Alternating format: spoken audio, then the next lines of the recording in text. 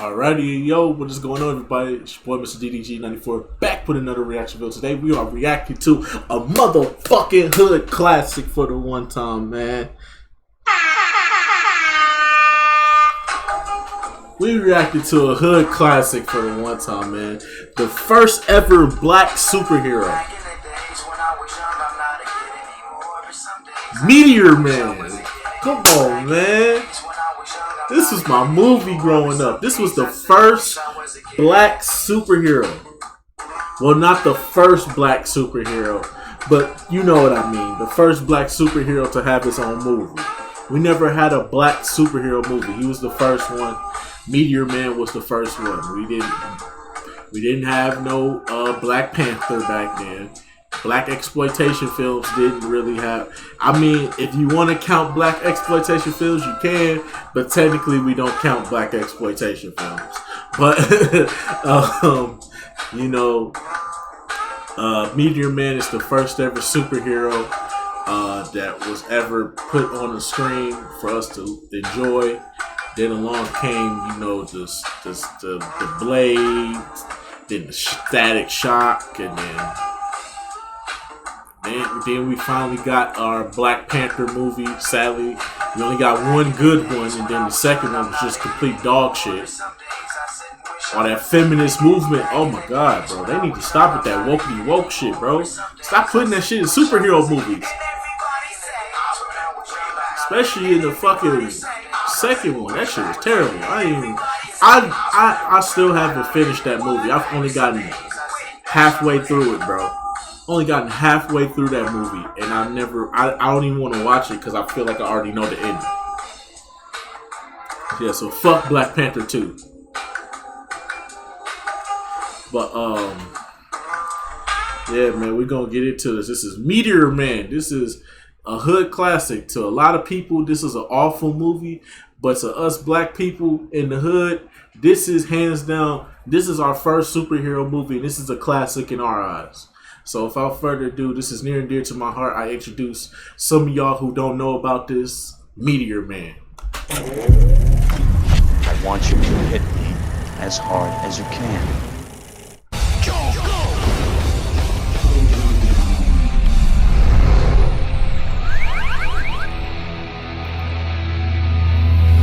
Well, folks, it's finally here. After 12 years in development, Ryan Reynolds is finally bringing the wisecracking, fourth wall breaking, and gunslinging superhero Deadpool to the big screen in all his rated R glory. As you may know, it's a bit of a passion project for Ryan Reynolds, who has managed to survive numerous box office failures and a god-awful cameo in X-Men Origins to get this movie made. In fact, it reminds me of another comedic actor who also tried introducing a new superhero to the big screen. That actor is Robert Townsend, and that superhero was the Meteor Man. In 1993, Robert Townsend was still riding off the success of his hit indie comedy Hollywood Shuffle, and seeing as that movie was seen as a huge step for black actors and directors, Townsend was now Hollywood's next big thing. But with the Meteor Man, Townsend was making a big leap in giving us cinema's first major black superhero, and was so confident in his film's success that he even got Marvel Comics to publish 6 issues of a Meteor Man comic book. Sadly, the Meteor Man was soon defeated by those dastardly villains known as the Cinematic Critic and the Money Machine. In other words, it bombed, and Townsend would soon be relegated to doing TV movies. But now that we're living in a time when we've got black superheroes like Black Panther and Cyborg coming to movie screens, maybe this flick just happened to be ahead of its time. After all, it's got a cast full of legendary black entertainers: Eddie Griffin, Marla Gibbs, James Earl Jones, Sinbad. This was an all-star team right here, bro, for real. This was an all-star team right here, for real, bro. This was a goated ass movie, bro. This is a goated ass movie, bro.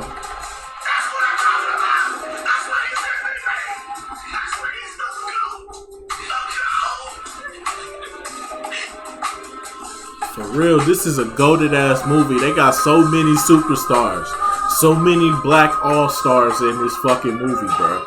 This is a great superhero movie, bro. I don't care what you say. It's better than Black Panther 2. That's what I will say. That's all I will say. It's better than Black Panther 2. Oh, and it also has a small appearance by this guy named Bill Cosby. I don't know. You may have heard of him. Yeah. can't think of any jokes to make at his expense. So this flick opens like any standard superhero movie, in introducing our soon-to-be superpowered hero, Jefferson Reed, played by Robert Townsend, who scrapes by as a substitute teacher living with his mom and dad in an inner-city neighborhood, alongside such wacky neighbors as James Earl Jones. And in case you were wondering, yes, he does wear this goofy wig through 75% of this movie, and yes, it is hilarious. Are you down with OBP? You know me. It's great to see his students and neighbors being constantly terrorized by the gang controlling his neighborhood, known as the Golden Lords. And you know this gang means business. They've got Don Cheadle and Tommy Tiny Lister in their crew. They have the same hairstyle as Wesley Snipes in Demolition Man, and they have a fucking pet tiger. Did the Warriors have a pet tiger? They did not. Fucking pussies. Jefferson comes across the gang one night in a dark alleyway and successfully escapes, but soon finds himself facing down a radioactive meteor flying at him from space. And now comes the triumphant part of the film where our hero finds himself gaining superpowers and vowing to use these— Holy fucking Christ! Well, this scene is soul-piercingly terrifying. Did they have David Cronenberg come in as a fucking guest director? Well, after that pleasant scene of body horror, Jefferson is admitted into the hospital, but finds his burns have healed overnight, and that the meteor has given him superpowers. He can see through walls, he can talk to his dog, and he can absorb all the information from any book he touches. Oh, and the other half of that meteor was found by a mute bum played by Bill Cosby. Oh good, the man who has most likely raped several women can now see through their clothes. Nothing wrong with that. The only thing I slipped in was my Johnson. As for Jefferson, though, he reluctantly decides to follow the advice of his neighbors and use these powers to clean their streets of crime as the Meteor Man. Now this is all great and good, because the best thing about this movie is its utter heart. I love the idea of a reluctant superhero uses his powers to clean up his neighborhood and enlighten people to the crime and drug use that were polluting black neighborhoods around this time. I applaud Townsend wholeheartedly for that. But goddammit if the rest of the movie fails big time in living up to that potential. One moment, it's shooting to be an old school, old-fashioned superhero movie, right down to having the original Riddler, Frank Gorshin, as the gang's overlord. But then the next moment, it's a somber drama about inner-city violence in the vein of Spike Lee or John Singleton. Now certainly you can have a great superhero flick with some social commentary in it, but you cannot have a scene like this. I saw everything. This is never gonna happen again. And a scene like this exist in the same film. You just can't. Also, you shouldn't have a PG family-oriented movie that contains scenes of drive-by shootings, half-naked people getting high on crack. What happened here, man? And a fucking dog getting murdered. And with all these jarring shifts in tone and an infinite amount of new plot lines that never form into a coherent story, it's just a mess. But it still has enough in it for me to recommend a casual viewing. Like I said, it's refreshing to see a superhero movie with a mostly black cast that deals with all these urgent issues. And the music is a fun time capsule of the rap and new jack swing that were dominating the charts at this time. You've got songs from Michael Jackson and MC Hammer, as well as cameos from Big Daddy Kane, Naughty by Nature, Cypress Hill, Luther Vandross, Biz Markie, and Wallace Shawn. He counts, right? Do you remember that hip-hop album he did back in the 90s? No. So as incoherent and messy as this movie is, it certainly has enough merits to make it worth a second look. You know, it's been a while since I've seen Robert Townsend. I wonder what he's worked on lately. Oh yeah, he directed that Bill Cosby Netflix special that is never gonna get released now, what with Bill Cosby being a serial rapist and all. Well, I guess you can add Robert Townsend's career to the endless list of things Bill Cosby has fucked!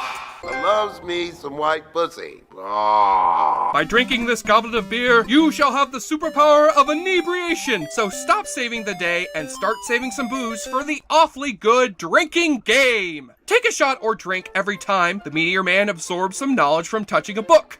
Oh, let's see what book he's using to defeat this bad guy. Uh-oh. You see the gang's pet tiger, which is badass, or their boss breaking out his slinky, which is significantly less badass. I mean, what the hell is so fucking intimidating about a goddamn slinky? Everyone loves a slinky! You gotta get a slinky! The Meteor Man discovers a new superpower, thanks to the classic screenwriting technique of pulling stuff out of your ass. Hey, Bill Cosby knows a thing or two about pulling stuff out of his ass. You know what? I'm just gonna stop that joke there. James Earl Jones breaks out a new wig, and take a double shot when he also starts to rap. You need to know you can't slow with the nose. Change the path where the death goes. Well, there you go, folks. Now you will never be able to look at Darth Vader the same way again. You need to know you can't slow with the nose. Something keep change the path where the death goes. That's impossible! Is you done with OBP?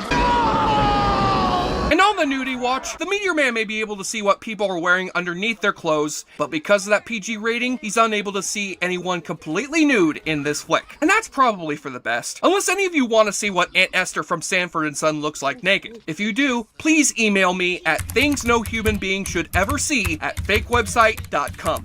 On the enjoyableness continuum scale from Bull to Bruce, the Meteor Man is unable to defend itself from the evils of mediocrity, but manages to save from a burning building a rating of 6 out of 10. In other words, not as good as Blank Man, but way fucking better than Steel. I'm Jesse Shea for JoBlo.com, and I think it's funny that at the end of this movie, Bill Cosby wakes a dead dog back to life, seeing as most of the time, he's putting things to sleep! Ha ha! Nailed it!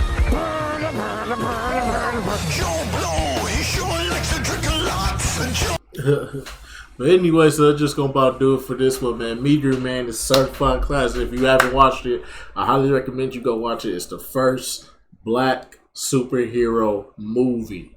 Let me repeat that. It's the first black superhero movie to ever come out. Okay? Go watch it. It's pretty good. Good social commentary on it if you went to that wokey woke shit. Yeah, that's just gonna about do it for this one. I'll see y'all in the next video. Till then, peace out.